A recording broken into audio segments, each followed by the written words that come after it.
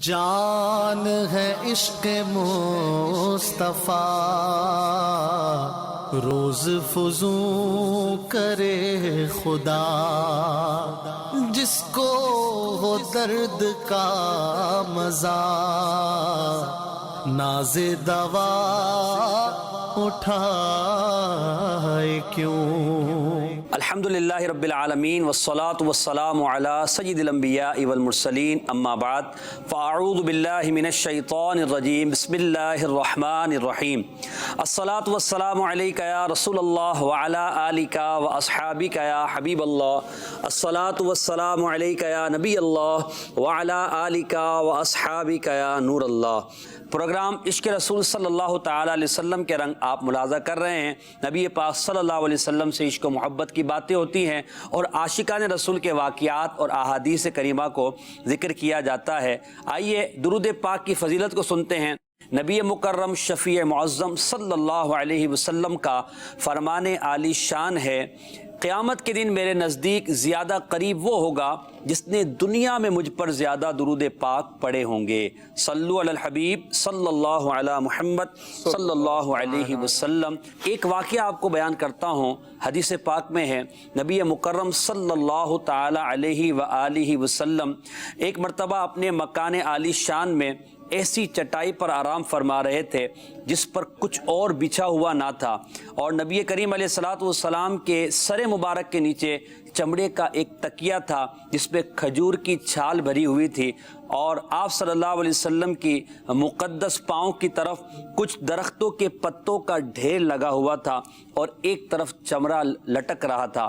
پیارے آقا علیہ الصلوۃ والسلام جب زمین پر آرام فرما رہے تھے تو آپ کے جسم مبارک پر چٹائی کے نشانات بن گئے۔ اتنے میں ایک شخص نبی کریم علیہ الصلوۃ والسلام کی بارگاہ میں حاضر ہوتے ہیں اور رسول اللہ صلی اللہ علیہ وسلم کا یہ انداز مبارک دیکھتے ہیں اور یہ بے نیازی دیکھتے ہیں تو دیکھ کر ان کی آنکھوں سے آنسو جاری ہو جاتے ہیں، وہ رونے لگتے ہیں۔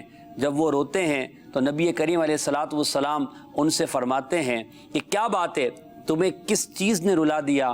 وہ آنے والے شخص عرض کرتے ہیں، آقا صلی اللہ علیہ وسلم، ایک طرف تو کیسر و کسریٰ اپنے بڑے بڑے محلات میں آسائش و آرام کی زندگی بسر کر رہے ہیں، اور دوسری طرف آپ خاتم الانبیاء شہنشاہ دو جہاں صلی اللہ علیہ وسلم ہیں، اور آپ کی بے نیازی یہ ہے کہ آپ کے مبارک جسم پر چٹائی کے نشانات پڑ گئے۔ یہ دیکھ کر مجھ سے برداشت نہ ہوا اور میری آنکھوں سے آنسو جاری ہو گئے۔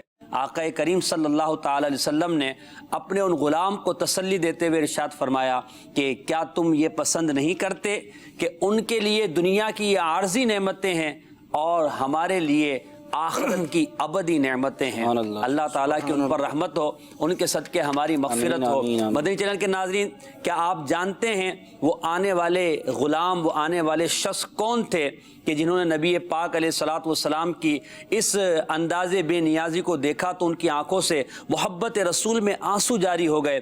رسول اللہ صلی اللہ علیہ وسلم سے والہانہ عقیدت کی وجہ سے ان سے رہا نہ گیا، اور وہ جو سمندر تھا دل کے اندر وہ امنڈ کر آنکھوں کے ذریعے باہر آ گیا۔ وہ کوئی اور نہیں بلکہ وہ خلیفہ ثانی، امیر المؤمنین، متمم الاربعین، سیدنا عمر فاروق اعظم رضی اللہ تعالی عنہ تھے کہ جو رسول اللہ صلی اللہ علیہ وسلم سے ایسی والہانہ محبت کرتے تھے جس کا اندازہ آپ نے اس واقعے سے لگایا۔ اور یقین جانیے کہ جو رسول اللہ سے محبت کرتے ہیں، جو آقا کریم علیہ الصلوۃ والسلام سے عشق و محبت رکھتے ہیں، ان کو آقا کریم علیہ الصلوۃ والسلام کے انداز اور کردار اور انداز زندگی کو دیکھ کر اسی طرح کی ان کی کیفیات بنتی، سوز و گداز بڑھ جاتا ہے۔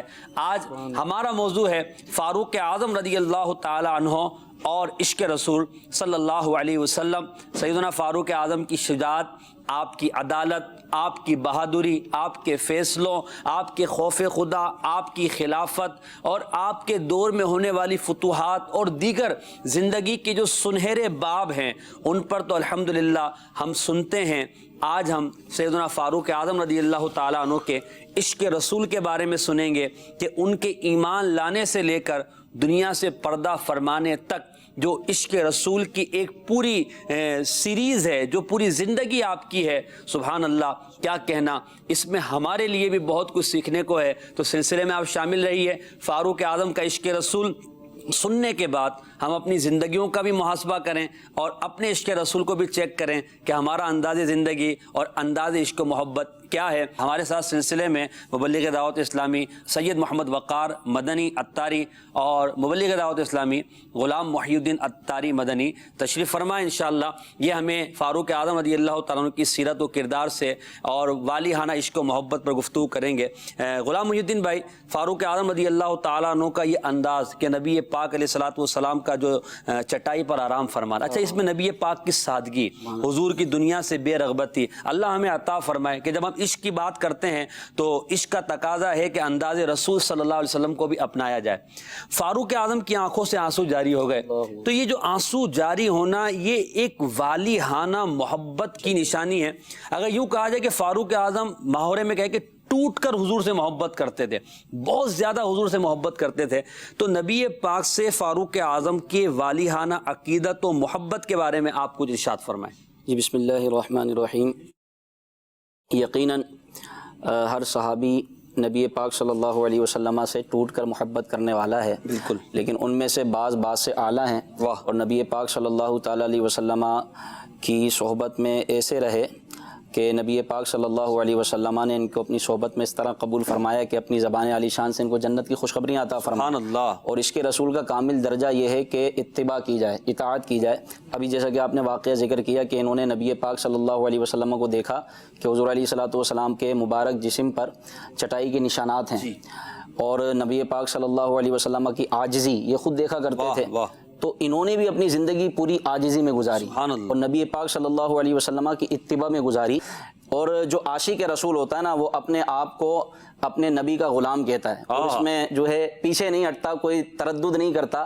برسرے ممبر اور صحابہ کرام کی موجودگی میں حضرت سیدنا فاروق اعظم رضی اللہ تعالیٰ عنہ جب مسلمانوں کے خلیفہ بنے تو آپ کے یہ عالی شان جملے ہیں۔ آپ نے ارشاد فرمایا کنت مع رسول اللہ صلی اللہ تعالیٰ علیہ وسلم، میں حضور علیہ الصلوۃ والسلام کی صحبت میں رہنے والا ہوں، حضور کا فیض یافتہ ہوں، اور فکنت عبدہ و خادمہ، اور میں ان کا غلام ہوں اور ان کا خدمت گار ہوں۔ یہ خلیفہ ہیں مسلمانوں کے، لیکن اپنا تعارف کس طرح پیش کر رہے ہیں؟ میں غلام رسول ہوں، میں نبی پاک صلی اللہ علیہ وسلم کی خدمت کرنے والا ہوں، میں ان کا خادم ہوں۔ کہ ان کی غلامی پہ ناز ہے نا۔ امیر سنت کہتے ہیں ہوں غلام مصطفیٰ عطار کا دعویٰ ہے، کاش آقا بھی یہ فرما دیں ہمیں منظور ہے۔ انشاءاللہ۔ تو یہ فاروق اعظم رضی اللہ تعالیٰ عنہ کا جو عشق رسول کا انداز ہے کہ آپ نے اپنے آپ کو خلیفہ بننے کے بعد اپنا تعارف اس طرح کروایا کہ میں حضور کا غلام ہوں، حضور کا بندہ ہوں۔ اچھا پھر ان کی زندگی واقعی نبی پاک کے غلاموں، نبی پاک کی جو صحبت یافتہ لوگ تھے ان کا انداز بھی نظر آتا تھا۔ آج حق غلامی گویا ادا کرتے تھے، صرف دعویٰ غلامی نہ تھا بلکہ حق غلامی بھی ادا کرنے کی کوشش کی۔ اور آج ہم دعویٰ تو کرتے ہیں غلامی کا، مگر شاید ہمارے کردار میں وہ غلامی، یعنی اللہ کے رسول کے غلام تو الحمدللہ ہیں، اس کا کوئی انکار نہیں کر سکتا، مگر کردار بھی کیا ہمارا غلامی رسول والا ہے؟ کیا انداز بھی ہمارا غلامی رسول والا ہے؟ پھر جو غلام مصطفیٰ ہو یقیناً وہ آل مصطفیٰ سے بھی محبت کرنے والا ہوتا ہے۔ فاروق اعظم رضی اللہ تعالیٰ عنہ کی سیرت جب ہم پڑھتے ہیں وقار بھائی، تو نبی پاک علیہ السلام کے خانوادے سے، آپ کے گھر والوں سے، آپ کی آل مبارکہ سے آپ کی محبت کا انداز وہ پڑھتے ہیں تو یقیناً عشق رسول بھی بڑھتا ہے، فاروق اعظم کی محبت بھی بڑھتی ہے، اور آل نبی صلی اللہ علیہ وسلم کی محبت، دل کے اندر ادب بھی بڑھ جاتا ہے۔ تو آل مصطفیٰ صلی اللہ علیہ وسلم کے ساتھ سیدنا فاروق اعظم کا برتاؤ اور ان سے محبت کا انداز کیا تھا؟ سبحان اللہ، ماشاء اللہ محسن بھائی، کیا خوبصورت آپ نے موضوع لیا ہے، عشق رسول، اور وہ بھی فاروق اعظم رضی اللہ تعالی عنہ کا عشق رسول۔ کیا بات! اور جس موضوع پر میری طرف آپ آئے کہ آل رسول سے ان کا کیا انداز تھا۔ آپ خود سید ہیں ماشاءاللہ۔ اصل میں نے جب یہ سوال بنایا نا تو خاص طور پہ میں نے اس بات کا التزام کیا تھا کہ آپ سے یہ سوال کروں گا میں۔ واہ، چلے خیر، اس پہ تھوڑا سا آزمائش پہ بھی آپ نے ایک طریقے سے ڈالا۔ اللہ تعالیٰ بہرحال ہمیں نسبت کا ادب عطا آبا و فرمائے۔ اجداد کی نسبتوں کے بارے میں ذکر کریں گے نا؟ جی جی بالکل، اور یہ نسبت کا جو ادب ہے نا یوں کہہ لیجیے کبھی کبھی اپنے اندر بھی ایک فیلنگ آتی ہے کہ یہ خاص اللہ تعالیٰ کا کرم ہے نا۔ بے شک، بے شک۔ مطلب کوئی مانگ کے تو نہیں ہوتا یہ، صحیح۔ کوئی تقاضا نہیں تھا، کوئی مانگنا نہیں تھا، اللہ تعالیٰ نے عطا فرما دی ہے نسبت، اور ہمیں اس نسبت کا ہی ادب کرنا چاہیے۔ بعض اوقات وہ وساوس بھی ہوتے لوگوں کہ بھئی یہ یوں ہے نہیں ہے کیا ہے، آپ کو تو یہ دیکھنا ہے کہ یہ تعلق کدھر سے ہے، اللہ، جو دعویٰ کیا جا رہا ہے، جو یہ بات کی جا رہی ہے کس ذات سے ہے، وہ میرے محبوب اکرم صلی اللہ تعالیٰ علیہ وسلم ہے۔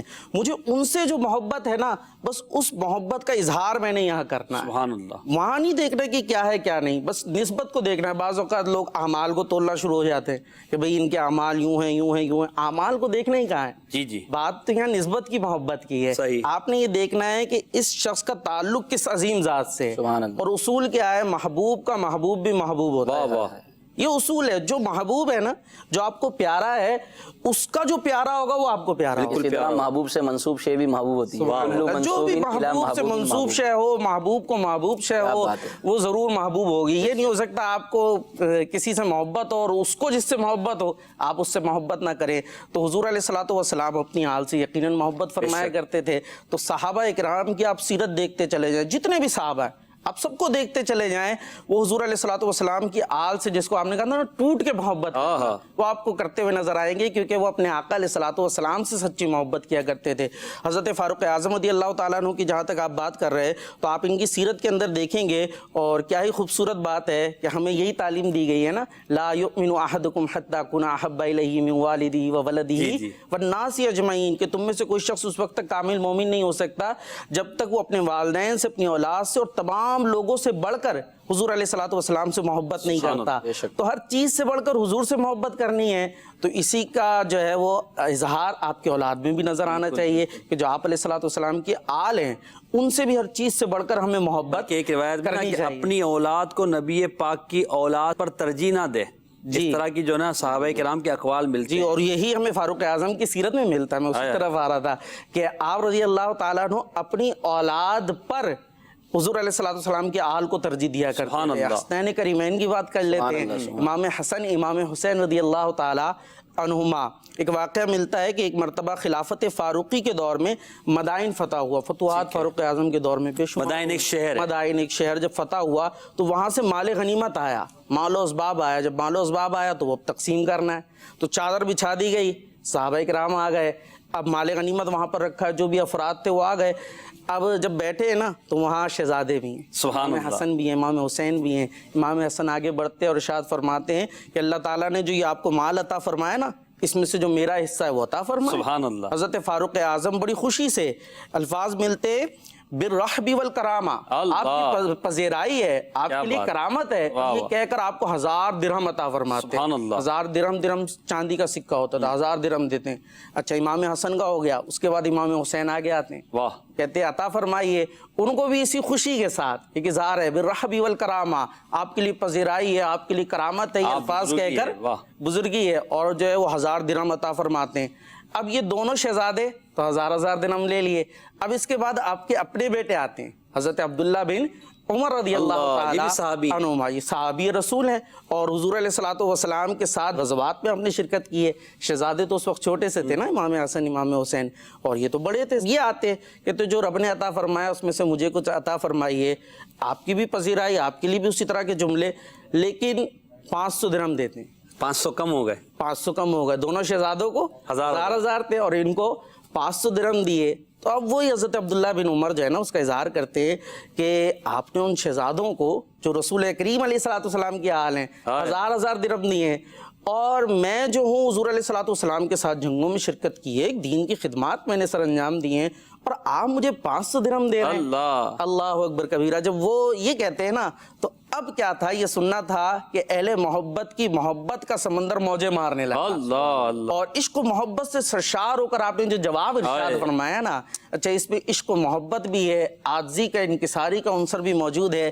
کیا جواب دیتے؟ فرماتے اپنے بیٹے کو، اذهب، جاؤ، فاتنی بابن کا ابیہما، جاؤ اور ان کے والد کی طرح والد تو لے کر آؤ، وامن کا امیہما، ان کی ماں جیسی ماں تو لے کر آؤ، وجدن کا جدیہما، ارے ان کے جو نانا جان ہیں ان کی طرح نانا تو لے کر آؤ، و جدتن کا جدتی ہما، جیسی ان کی نانی ہے ایسی نانی تو لے کر آؤ، و امن کا امی ہما، ان کے چچا جیسے چچا لے کر آؤ، و خالن کا خال ہما، ان کے ماموں جیسے ماموں لے کر آؤ، فإنک لا تأتینی بہ، تم ایسے کبھی بھی لے کر نہیں آ سکتے۔ کیوں نہیں لے کر آ سکتے؟ فرماتے ابوہما فعلی المرتضیٰ، کیونکہ ان کے جو والد ہیں علی المرتضیٰ ہیں۔ یاد رہے فاروق اعظم کا یقیناً درجہ بلند ہے، لیکن یہاں وہی محبت اور عاجزی ان کے ساری کے پہلو بھی موجود ہیں۔ فرماتے ہیں ابوہما فعلی المرتضیٰ، ان کے والد تو دیکھو علی مرتضیٰ ہیں، حیدر کرار ہیں۔ امہما فاطمۃ الزہرا، ان کی والدہ بابا فاطمہ زہرا، اللہ اکبر، خاتون جنت ہیں۔ جدہما محمد المصطفیٰ، ان کے جو نانا ہیں وہ محمد مصطفیٰ۔ تو حضور علیہ الصلوۃ والسلام سے جو تعلق ہے اس کا انہوں نے ایک ایک کا اظہار فرمایا کہ ایسا ان کا حضور سے تعلق ہے۔ اسی طریقے سے اور روایتیں ملتی ہیں امام حسن امام حسین سے بھی موجود کہ ایک دفعہ یہ ملنے کے لیے آتے ہیں، وہ حضرت فاروق اعظم گھر میں موجود ہیں، حضرت امیر معاویہ سے کچھ ڈسکشن جاری ہے نا، آپ کے اپنے صاحبزادے گیٹ پر ہیں، حضرت عبداللہ بن عمر موجود ہیں، انتظار کر رہے ہیں، انہیں اجازت دی اندر آنے کی، کوئی امور ہوں گے اس سے بات چیت ہو رہی ہے۔ اب وہ آگے دیکھتے ہیں، ایک امام حسن سے بھی متعلق ملتا ہے، امام حسین کا بھی اس طرح کا واقعہ ملتا ہے۔ اب وہ آ کے دیکھتے ہیں کہ بھائی اپنے صاحبزادے باہر کھڑے ہیں اور جناب ڈسکشن جاری ہے، تو اپنے بیٹے کو اجازت نہیں ہے تو ہمیں کہاں ملے گی؟ وہ چلے جاتے ہیں، فاروق اعظم کو خبر ملتی ہے، بلاتے ہیں کہ حضور آپ آئے تھے اور چلے گئے۔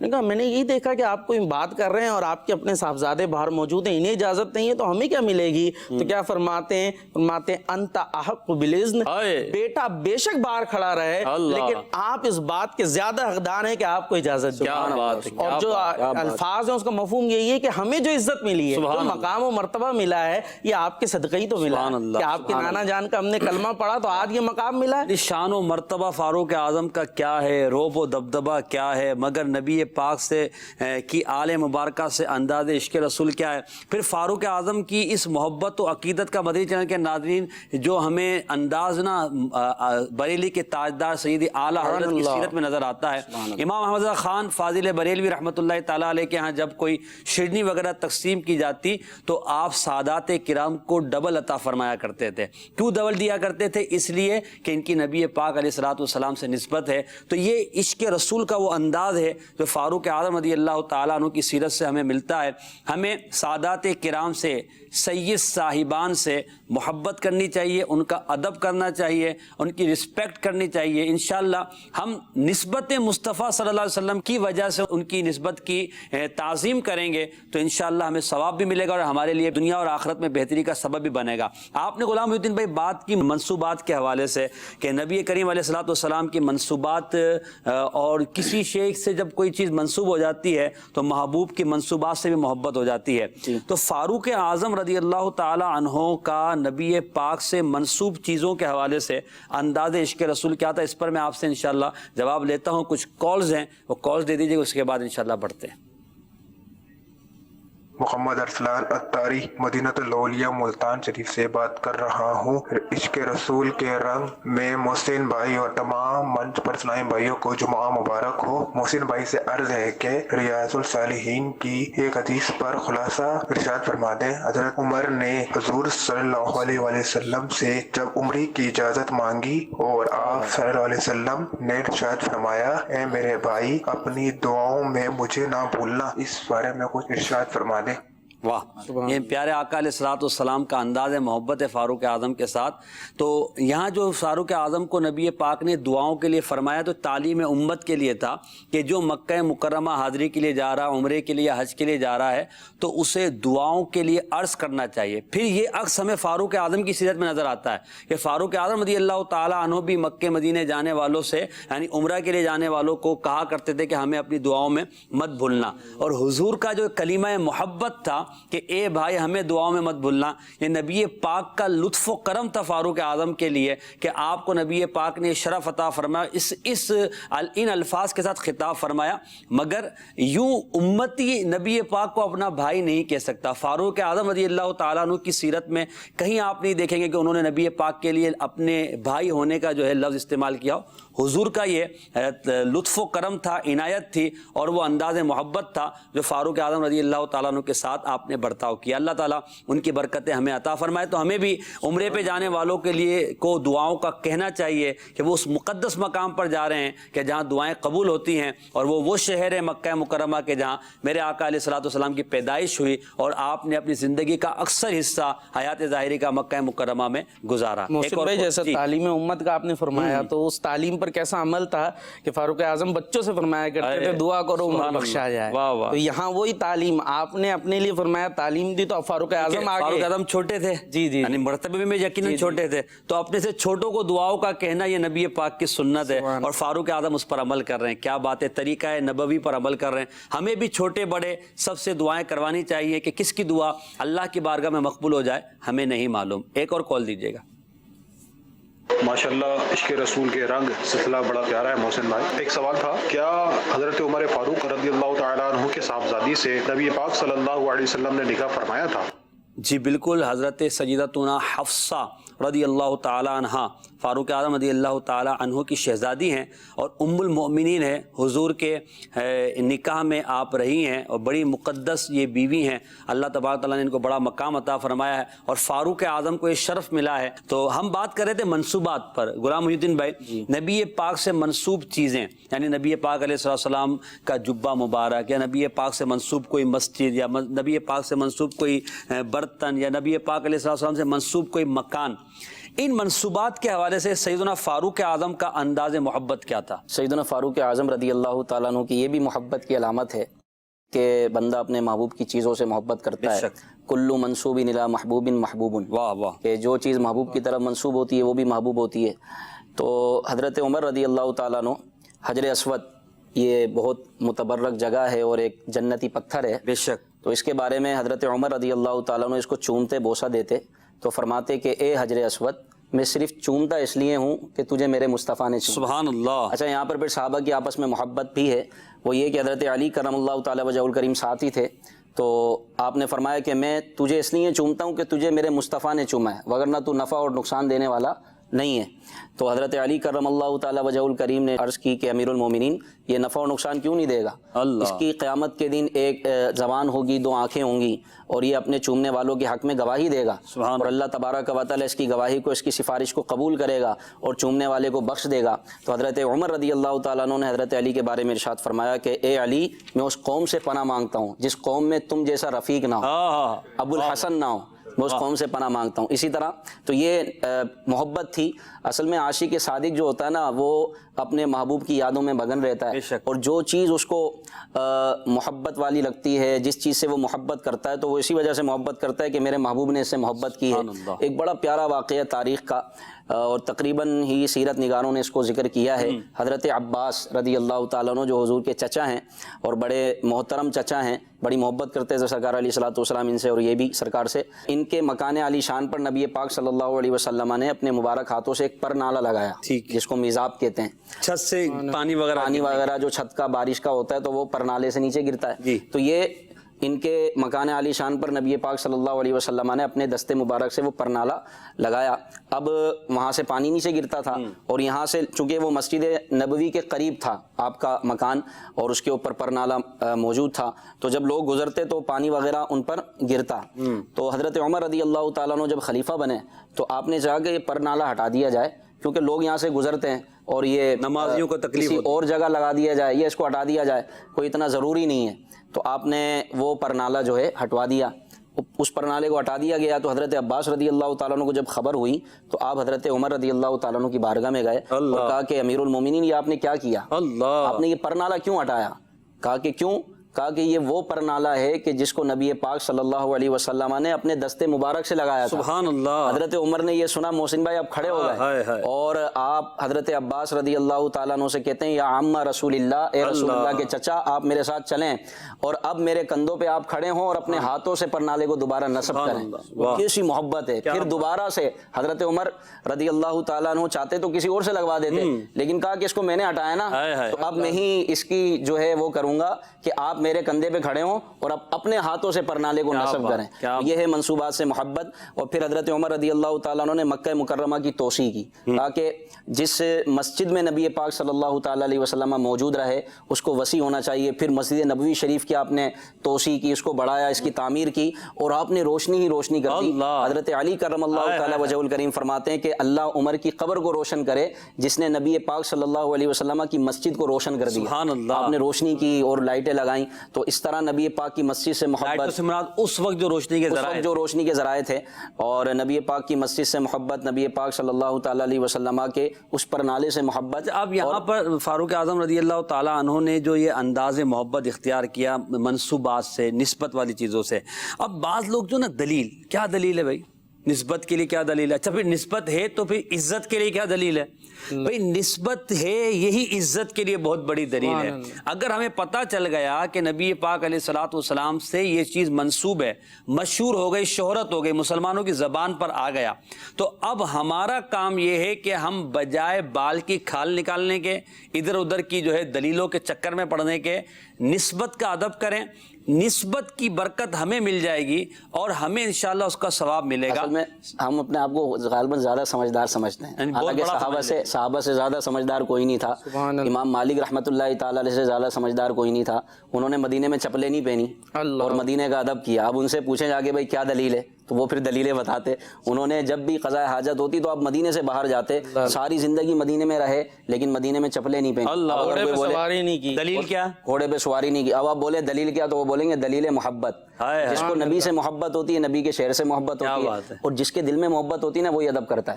محبت ہی ادب کرواتی ہے. صحابہ کرام منہ مبارک کو ہاتھوں میں لیتے اور اپنے پاس رکھتے. کیا نبی پاک نے فرمایا تھا یہ لو اور اس کو اپنے پاس رکھو؟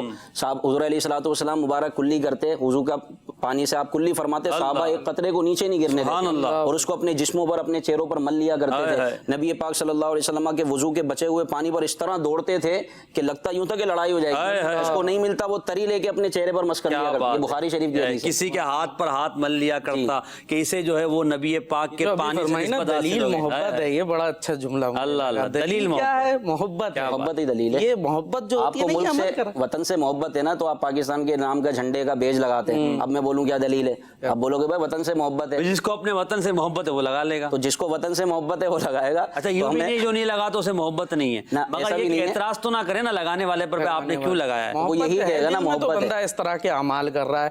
اور یہ جو محبت ہے نا, اور حضور علیہ الصلوۃ والسلام کی محبت کیا ہے, یہ تو ایمان ہے. واہ واہ.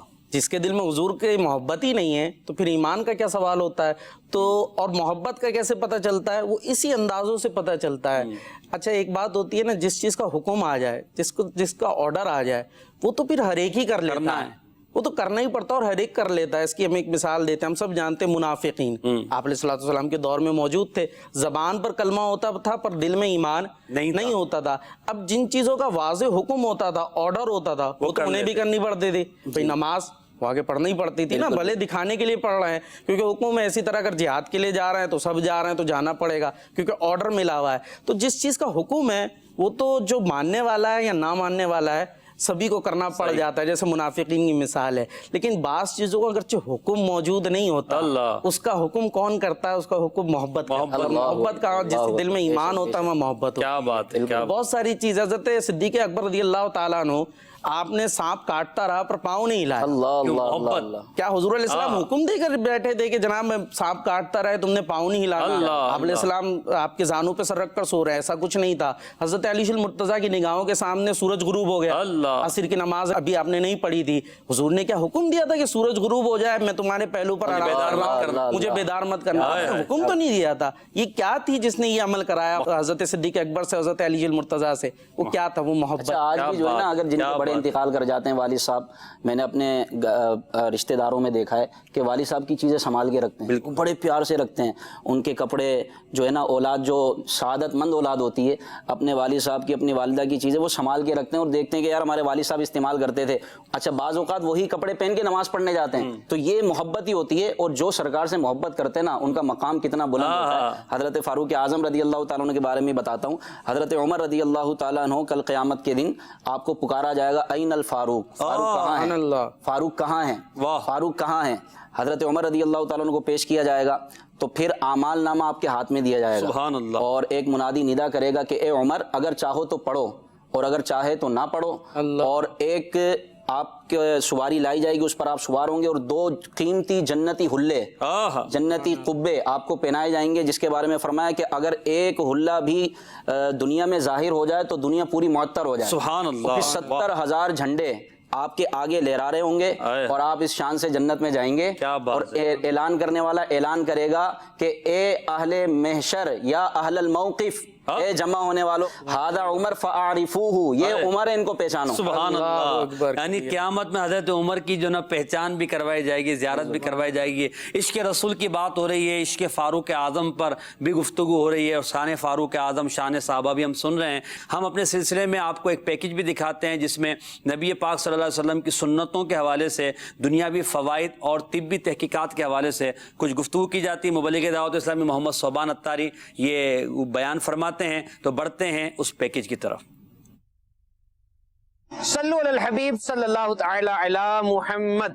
پیارے پیارے اسلامی بھائی اور مدنی چینل کے ناظرین، کتب احادیث میں ایسی بہت سی روایات ہیں جن میں حضور نبی کریم صلی اللہ علیہ وسلم کے مختلف انداز سے کھجور تناول فرمانے کا ذکر ہے۔ سیدنا انس رضی اللہ تعالیٰ سے روایت ہے، پیارے آقا صلی اللہ تعالی علیہ وسلم کا معمول تھا کہ نماز مغرب سے پہلے تازہ کھجوروں سے افطار فرماتے، اگر تازہ کھجوریں نہ ہوتی تو چھواروں سے افطار فرماتے، اگر چھوارے بھی نہ ہوتے تو پانی کے چند گھونٹ پی لیتے۔ فرمایا مومن کی بہترین سحری کھجور ہے۔ حضور صلی اللہ تعالی علیہ وسلم ککڑی کھجور کے ساتھ بھی کھاتے۔ یہاں پر میں آپ سے عرض کرتا چلوں کہ department of food and nutritional sciences کے مطابق سال میں 92.7 thousand میٹرک ٹنز یہ اینول کنزمپشن ہے کھجوروں کی ڈیٹس کی دنیا میں۔ اور ایک تحقیق کے مطابق اگر روزانہ 3 کھجوریں 7 دن تک کھائی جائیں، یعنی 3 کھجوریں 7 دن تک کھائی جائیں تو اس کے بہت سے فوائد ہو سکتے ہیں۔ ان میں 3 نمایاں یہ ہیں۔ سب سے پہلے گٹ یعنی گیسٹرو انٹسٹائنل ٹریکٹ، یہ منہ، کھانے کی نالی، پیٹ، چھوٹی آنت، ویسے تو اس کو چھوٹی آنت کہا جاتا ہے لیکن اس کی لمبائی 20 فٹ ہوتی ہے، اور اس کے بعد کولون یعنی بڑی آنت، اور اس کے بعد جب فضلہ جسم سے باہر نکل جاتا ہے جو پورا رستہ ہے اس کو انگلش میں گیسٹرو انٹسٹائنل ٹریکٹ کہا جاتا ہے۔ اور کھجور کھانے سے اس پورے رستے کی صفائی ہو جاتی ہے، کھانا بڑے سموتھ انداز سے اس بات کو فالو کرتا ہوا جسم سے باہر نکل جاتا ہے، process of absorption and excretion بڑی آسانی سے ہو جاتا ہے۔ تحقیق کے مطابق اس عمل سے بڑی آنت کے کینسر میں بھی بچاؤ ہوتا ہے۔ نمبر 2، کھجوروں میں نیچرل شوگر ہوتی ہے۔ ایک شوگر تو وہ ہے جو بوتلوں، گولیوں، ٹافیوں وغیرہ میں ہوتی ہے، وہ نہیں، بلکہ نیچرل شوگر جس کو سکروز اور میلٹوز کہا جاتا ہے۔ اس سے فوری توانائی حاصل ہوتی ہے، اور سپر ایڈڈ بینیفٹ یعنی زیادہ فائدہ یہ ہے کہ کھجوروں میں فائبر، پوٹیشیم اور وائٹامنز بھی وافر مقدار میں موجود ہوتی ہیں، اور اسی لیے جب کوئی روزہ رکھتا ہے سارے دن کی بھوک پیاس کے بعد جب وہ کھجور کھاتا ہے انرجی کو ایک بوسٹ ملتا ہے، توانائی ملتی ہے اور جسم کی ضرورت پوری ہوتی ہے۔ اسی طریقے سے کھجور میں اینٹی آکسیڈنٹس یعنی زہریلے مادوں کو ختم کرنے کا ایک اسپیشل چیز موجود ہوتی ہے، اسپیشل مادہ اور سبسٹنس موجود ہوتا ہے جو کہ زہریلے مادوں کو اور کینسر کو ختم کرتا ہے۔ اور پھر گند کا جسم سے اخراج جس کو ڈی ٹاکسیفیکیشن کہتے ہیں وہ بھی کھجور کھانے سے تیز ہوتا ہے۔ یاد رکھیے سوکھے کھجوروں میں 75% تک شوگر ہوتی ہے، یہ بلڈ پریشر کو چیک میں رکھتے ہیں، اور ایک خاص چیز جو کھجور میں ہے وہ ہے کولین، یہ انسانی دماغ کو تیز کرتی ہے، ایک نیورو ٹرانسمیٹر ہے جس کو کھانے کے بعد انسان کے اندر ذہانت تیز ہوتی ہے، چیزوں کو سمجھنے میں، سارٹ آؤٹ کرنے میں، اینالائز کرنے میں آسانی ہوتی ہے۔ اور کھجوروں میں موجود پوٹیشیم زچگی کے دوران ماں کو فائدہ دیتی ہے۔ دنیا میں 3000 سے زائد اقسام کی کھجوریں پائی جاتی ہیں، سب سے زیادہ کھجور مصر میں پیدا ہوتی ہے۔ بہرحال کھجور کتنے ڈھیر سارے فوائد آپ نے سنے، اس کو اپنی ریگولر ڈائٹ کا حصہ بنائیے۔ میرے آقا صلی اللہ تعالی علیہ وسلم نے بھی کھجور کھانے کی ہمیں ترغیب دلائی ہے، کھجور کھائیے، صحت مند رہیے. صلو علی الحبیب صلی اللہ تعالی علی محمد. صلی اللہ علی محمد صلی اللہ تعالی علیہ وسلم. کھجور کے فوائد بھی آپ نے سنے. اللہ تعالیٰ ہمیں نبی پاک علیہ الصلوۃ والسلام کی محبت بھی عطا فرمائے اور حضور کے طریقہ مبارکہ پر چلنے کی توفیق عطا فرمائے. کچھ کالز دے دیجئے، اس کے بعد انشاءاللہ موضوع کی طرف بڑھتے ہیں. میں محمد شہاب مزاری روچان سے بات کر رہا ہوں. فاروق اعظم رضی اللہ تعالیٰ عنہ جو ہیں، ان کی عمر مبارک کتنی تھی؟ جی وقار بھائی. فاروق اعظم رضی اللہ تعالیٰ عنہ، جیسے تو ہم نے بات کی نا کہ محبوب علیہ الصلوۃ والسلام کے طریقے کو اپناتے تھے کیونکہ آپ سے محبت کیا کرتے تھے. تو ایک تو ہوتا ہے خود سے کرنا کہ اپنانا، اور پھر جب محبت کامل درجے پر ہوتی ہے تو پھر کچھ شان ہی الگ ہو جایا کرتی ہے. کہ جیسا کہ حضور علیہ الصلوۃ والسلام نے دنیا میں ظاہری طور پر 63 سال گزارے، اور یہی نسبت حضرت صدیق اکبر رضی اللہ تعالیٰ عنہ کو بھی حاصل ہوئی کہ آپ کی بھی عمر مبارک 63 سال تھی، اور یہی حضرت سیدنا فاروق اعظم رضی اللہ تعالیٰ عنہ کا بھی ہے کہ آپ کی بھی 63 برس عمر مبارک ہوئی. ماشاءاللہ. تو 63 سال آپ کی عمر مبارک وقار بھائی نے بتایا کہ تھی. جی ایک اور کال. میں عبدالستار بھوروی عرض کر رہا ہوں لاہور سے. میرا سوال یہ ہے کہ حضرت عمر رضی اللہ تعالیٰ عنہ کے گھر میں سنا ہے کہ حضرت علی رضی اللہ تعالیٰ عنہ کی صاحبزادی تھی، کیا یہ سچ ہے؟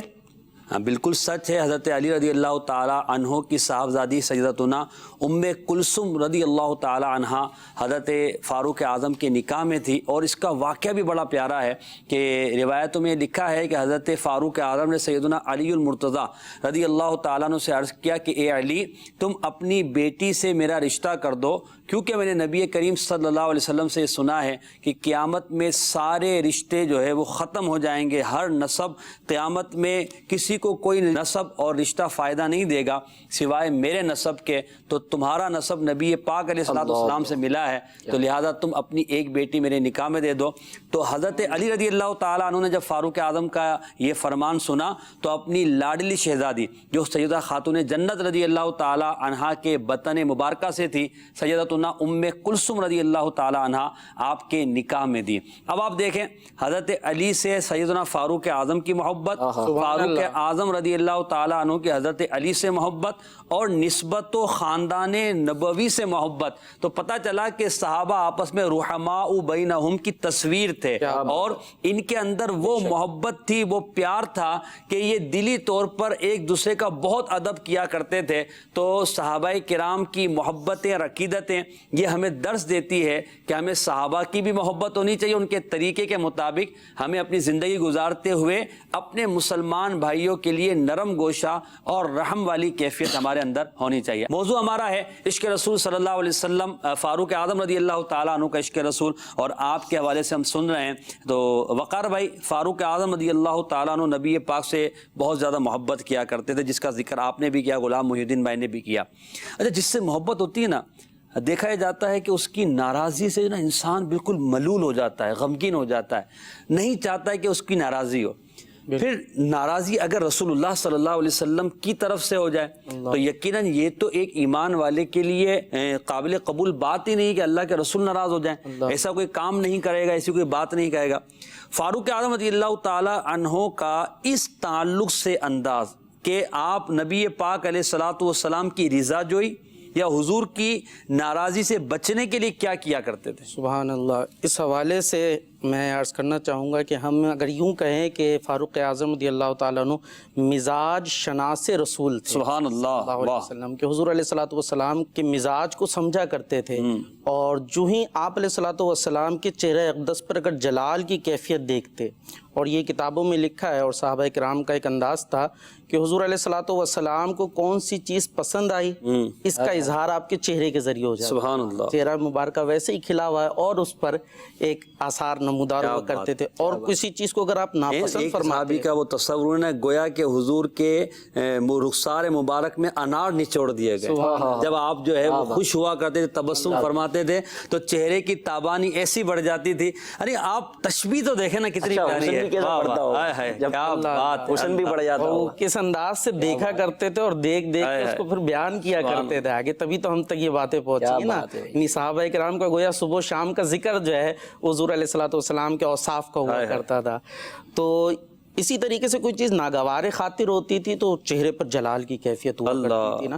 اور یہ آپ کئی واقعات اگر دیکھیں گے تو اس میں یہ نظر آئے گا، جو ہی فاروق اعظم رضی اللہ تعالیٰ عنہ نے اگر یہ دیکھا نا کہ چہرہ پرجلال ہے، چہرے کے اوپر یہ بات ناگوار گزری ہے، تو راضی کرنے کے لیے گویا سب سے پہلے آگے بڑھنے والی اگر ذات کسی کو ہم کہیں تو فاروق اعظم کی. اور آپ کا ایک انداز ہوا کرتا تھا کہ آپ ایک جملے کی تکرار کیا کرتے تھے. وہ جملہ کس انداز سے ہوا کرتا تھا؟ وہ جملہ یوں ہوتا تھا، رضینا باللہ ربا، ہم اللہ کے رب ہونے پر راضی ہیں، وبالاسلام دیناً، اور اسلام کے دین ہونے پر راضی ہیں، وبمحمد نبیًا، اور محمد کے نبی ہونے پر راضی ہیں. اس جملے کی آپ تکرار کرتے جاتے تھے یہاں تک کہ وہ جو جلال کے آثار ہوتے تھے وہ رحمت میں تبدیل ہو جاتے تھے. ایسے آپ کو کئی واقعات حضور علیہ الصلوۃ والسلام کی سیرت کے اندر ملیں گے، اور فاروق اعظم کا یہ انداز.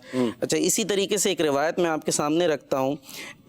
بعض افراد جو ہے، حضرت ابو موسیٰ اشعری سے یہ روایت ہے، بعض افراد اس انداز کے کچھ سوالات کرتے تھے نا جو ناگوار خاطر ہوتے تھے. ایک تو ہوتا ہے با مقصد سوال، نا کسی عمل کرنا ہے، کوئی بات ہے، اور کچھ ہوتے ہیں جو عجیب عجیب انداز کے سوالات کرتے ہیں.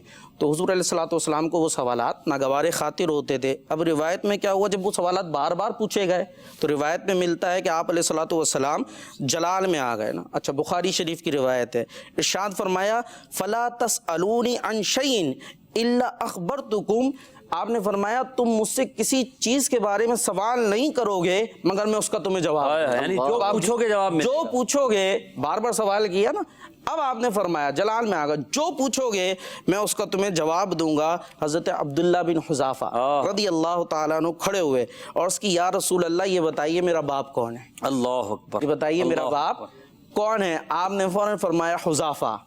یہ حضور علیہ الصلوۃ والسلام کا زبردست علم غیب ہے. بات سمجھنے والے بات کو اچھی طریقے سے سمجھ سکتے ہیں. پوچھا میرا باپ کون ہے؟ حضور علیہ الصلوۃ والسلام فرما رہے ہیں حذافہ تمہارا باپ ہے. حضرت امیر المومنین سیدنا عمر فاروق اعظم نے جب دیکھا کہ اللہ کے محبوب علیہ الصلوۃ والسلام کے چہرے اقدس پر جلال کے اثار ہے تو آپ نے وہی عرض کیا کہ یا رسول اللہ، ہم اللہ کی بارگاہ میں توبہ کرتے ہیں، ہم اللہ کے رب ہونے، اسلام کے دین ہونے اور آپ کے نبی ہونے پر راضی. حضور علیہ الصلوۃ والسلام کی بارگاہ میں یہ عرض کیا. یہ سن کر خاتم المرسلین صلی اللہ تعالیٰ علیہ وسلم کا جو جلال تھا وہ رحمت میں تبدیل ہو گیا. اس کے بعد آپ علیہ والسلام نے دیوار کی طرف متوجہ ہو کر ارشاد فرمایا، سامنے دیوار ہے اس کی طرف آپ نے متوجہ ہو کر ارشاد فرمایا ابھی اس دیوار کے وسط میں یعنی درمیان میں مجھ پر جنت اور دوزخ پیش کی گئی. آپ علیہ السلام یہاں موجود ہیں، مسجد میں موجود ہیں، فرما رہے اس دیوار کے اندر مجھ پر جنت اور دوزخ پیش کی گئی. یہ میرے آقا علیہ السلام کی نظروں کا کمال ہے. یہاں ہوتے ہوئے جنت اور دوزخ کو ملاحظہ فرما رہے ہیں. کمال نگاہ مصطفیٰ صلی اللہ علیہ وسلم بھی ہے. اور یہاں دیکھیں کہ انداز صحابہ کرام نبی پاک کی صحبت کا، آپ کی مجلس کا کتنا ادب والا ہے. فاروق اعظم رضی اللہ تعالیٰ عنہ نبی پاک کے مزاج شناس تھے. وہ جانتے تھے کہ چہرہ مبارکہ سے پہچان لیتے تھے کہ نبی پاک علیہ السلام کے چہرہ مبارکہ پہ ناگواری کے آثار ہیں. محسن بھائی ایک اور روایت جیسے میں نے کہا کئی روایتیں ملتی ہے. ایک میں تو یہ ہے نا کہ وہ کھڑے ہوئے عبداللہ بن حذافہ میرے والد کون ہے، آپ نے بتا دیا حذافہ ہے، کیونکہ اس دور میں معاملات جس طرح کے تھے تو اس میں یہ چیز ہوتی تھی. ایک شخص اور روایت میں ملتا ہے، ایک منافق کھڑا ہوا، منافقین بھی ہوتے تھے، اس نے مجھے میرا ٹھکانہ جنت ہے جہنم ہے. منافق زبان پہ تو کلمہ ہی ہوتا تھا، ایمان دل میں نہیں ہوتا تھا. نہ ہونا دل کی کیفیت ہے. جب وہ پوچھتا ہے جنت میں جاؤں گا جہنم میں، حضور فرماتے جہنم میں جاؤ. اس کا ٹھکانہ بھی بیان کر دیا. ایک شخص کھڑا ہوا، عرض کیا رسول اللہ حج ہر سال فرض ہے؟ حضور علیہ الصلوۃ والسلام نے کیا ارشاد فرمایا، اگر میں ہر سال کہہ دیتا تو ہر سال فرض ہو جاتا. صحیح بھائی ہر سال فرض نہیں، اگر میں کہہ دیتا تو ہر سال فرض ہو جاتا اور پھر تم اسے نہ کر سکتے اور تو تم پر عذاب نازل ہوتا. یہ میرے محبوب علیہ الصلوۃ والسلام کا انداز ہے. اور پھر وہی جلال کی کیفیت تھی تو فاروق اعظم رضی اللہ تعالیٰ عنہ کو جمال مصطفیٰ بھی ملا اور جلال مصطفیٰ بھی ملا. کیونکہ فاروق اعظم کا خود جلال ایسا تھا نا. محسن بھائی کتابوں میں لکھا ہے، آپ ان کی سیرت پڑھیں کہ بڑے بڑے کفار کانپتے تھے آپ کا نام سن کر، لیکن جب محبوب کریم صلی اللہ علیہ وسلم کو جلال آتا تو آپ خود گھٹنوں کے بل کھڑے ہو جاتے ہیں. ادب والا انداز ہے جی، گھٹنوں کے بل کھڑے ہو کر. اور ہم نے علماء سے سنا، علماء فرماتے ہیں کہ دو شخصیتیں ایسی تھیں جو نبی کریم صلی اللہ علیہ وسلم کے چہرہ مبارکہ کو دیکھ کر گفتگو کرتی تھی اور وہ پہچان لیا کرتی تھی کہ نبی کریم صلی اللہ علیہ وسلم اس وقت کیا فرمانے والے ہیں. اور دو ایسے تھے کہ جن کے چہرے کو خود سرکار دیکھا کرتے تھے. سبحان اللہ. وہ جو دو چہرے مصطفیٰ کو دیکھ کر پہچان لیا کرتی تھی وہ ہیں شیخین کریمین صدیق اکبر اور فاروق اعظم. اور جن کے چہرے پر خود سرکار دیکھا کرتے تھے وہ ہے حضرت عثمان غنی اور مولا مشکل کیا بات رضی اللہ تعالیٰ. ماشاء اللہ. فاروق اعظم رضی اللہ تعالیٰ عنہ کے عشق رسول پر بات ہو رہی ہے، اور ہم دیکھیں نبی پاک علیہ الصلوۃ والسلام سے جو والہانہ انداز محبت ہے، ہمیں بھی اس سے سیکھنے کو ملتا ہے کہ ہم اپنے انداز زندگی کو دیکھیں. نبی کریم علیہ الصلوۃ والسلام کو جو باتیں ناگوار ہیں تو غلام کو بھی وہ بات ناگوار ہونی چاہیے. جو باتیں نبی پاک علیہ الصلوۃ والسلام کو پسند ہے غلام کو بھی وہ بات پسند ہونی چاہیے. اور جس بات کا آقا علیہ الصلوۃ والسلام حکم دیں غلام کو اس بات پر عمل کرنا چاہیے. جس بارے میں پتہ چلے کہ نبی پاک علیہ الصلوۃ والسلام کی یہ سنت ہے، غلام کا یہ کام ہے کہ وہ اس کی اتباع کرے. یہی فاروق اعظم کے عشق رسول سے ہمیں سیکھنے کو ملتا ہے کہ ہم اپنی زندگی میں اس بات کو نافذ کریں. غلام ہیں، غلام مصطفیٰ بن کر رہیں، اپنی زندگی کو غلامی مصطفیٰ کی دلیل بنائیں. اپنے انداز و کردار کو غلامی مصطفیٰ کے انداز و کردار کے سانچے میں ڈھال لیں اور ایک ایسی پیاری ستھری مقدس زندگی گزاریں کہ ہماری پوری زندگی عشق رسول سے، محبت رسول سے، سنت رسول سے، اتباع رسول سے، اطاعت رسول سے تعبیر ہو. اور جب ہم دنیا سے جائیں تو ہمارا خاتمہ ایمان پر ہو اور ہماری جو آخرت کی منازل ہیں اس میں ہمیں نبی کریم علیہ الصلوۃ والسلام کی وہ برکتیں اور وہ صحبت نصیب ہوں کہ جو اللہ تعالیٰ اپنے خاص بندوں کو عطا فرمائے گا. تو یہ فاروق اعظم کے عشق رسول کا درس ہے، اسے ہمیں قبول کرنا چاہیے. آخر میں غلام محی الدین بھائی، فاروق اعظم رضی اللہ تعالیٰ عنہ کے بعد جب عشق رسول پہ ہم بات کر رہے ہیں تو امہات المؤمنین جو مسلمانوں کی مائیں ہیں، فاروق اعظم رضی اللہ تعالیٰ عنہ کا خلیفہ بننے کے بعد ان کے ساتھ کس طرح کا برتاؤ تھا؟ کیونکہ وہ تو خاص نبی پاک سے تعلق رکھنے والی تھی، حضور اکرم صلی اللہ علیہ وسلم کے گھر مبارک میں زندگیاں گزارنے والی تھیں. تو ان کے ساتھ انداز محبت کیا تھا فاروق اعظم کا؟ جب حضرت عمر رضی اللہ تعالیٰ عنہ ایک اپنی عام رعایا سے اتنی محبت کرنے والے تھے کہ راتوں کو آپ مدینے کی گلیوں میں گھومتے تھے. کسی کو کوئی پریشانی ہوتی، کسی کے گھر چولہا نہیں جل رہا ہوتا، بچے رو رہے ہوتے بھوک کی وجہ سے، تو آپ خود اپنے کندھے پہ بوریاں اناج وغیرہ لاد کر اس بوڑھی عورت کے گھر پہنچاتے. آپ اپنی رعایا سے اتنی محبت کرنے والے تھے تو آپ اندازہ لگائیں آپ نبی پاک صلی اللہ علیہ وسلم کی ازواج مطہرات سے کتنی محبت کریں گے، جن کے بارے میں قرآن کہتا ہے وَأَزْوَاجُهُ أُمَّهَاتُهُمْ، اور نبی کی ازواج تمہاری مائیں ہیں. اور علماء فرماتا ہے اس آیت کی تفسیر میں لکھا ہے کہ اپنی حقیقی ماں سے بڑھ کر نبی پاک کی ازواج مطہرات کی تعظیم و توقیر امتی پر لازم ہے، اپنی حقیقی ماں سے بڑھ کر. تو آپ کا یہ انداز تھا ازواج مطہرات کے ساتھ، امہات المومنین کے ساتھ، کہ آپ ماہانہ ان کی خدمت میں وظیفے بھیجا کرتے تھے اور تحائف بھیجا کرتے تھے. جو مال غنیمت آتا تو سب سے پہلے آپ ازواج مطہرات کے پاس بھیجتے، آخر میں اپنی بیٹی کے پاس بھیجتے. حضرت حفصہ وہ بھی ام المومنین ہے، لیکن آخر میں بھیجتے کہ کوئی کمی آئے تو حفصہ کے حق میں کمی آئے کیونکہ یہ میری بیٹی ہے، باقی ناراض نہ ہو جائیں. سب سے پہلے ازواج مطہرات کے پاس بھیجا کرتے تھے. ایک مرتبہ ایسا ہوا کہ ازواج مطہرات رضی اللہ تعالی عنہن کو حج کروانے کا حکم دیا گیا کہ بھائی ازواج مطہرات کو حج پر لے جایا جائے اور ان کو جو ہے کعبۃ اللہ شریف کا طواف کروایا جائے. تو کون کون ان کا محافظ بنے گا؟ آپ نے اعلان فرمایا. تو عبد الرحمن بن عوف کھڑے ہوئے، آپ نے حضرت عثمان غنی کو بھی کھڑا کیا، کہا کہ آپ دونوں ازواج مطہرات کو بحفاظت حج کروائیں گے، اور کہا کہ دونوں اکٹھے نہیں چلنا. حضرت عثمان غنی کو کہا کہ آپ ان سے آگے چلیں گے اور عبد الرحمن بن عوف کو کہا کہ آپ ان کے پیچھے چلیں گے اور حفاظت کرتے ہوئے چلیں گے. وہ اس شان سے لے کر گئے ازواج مطہرات کو اور مطاف کی جگہ خالی کروائی گئی اور سارے مردوں کو باہر کیا گیا، صرف خواتین رہ گئیں اور اس شان سے ازواج مطہرات نے یوں طواف کیا.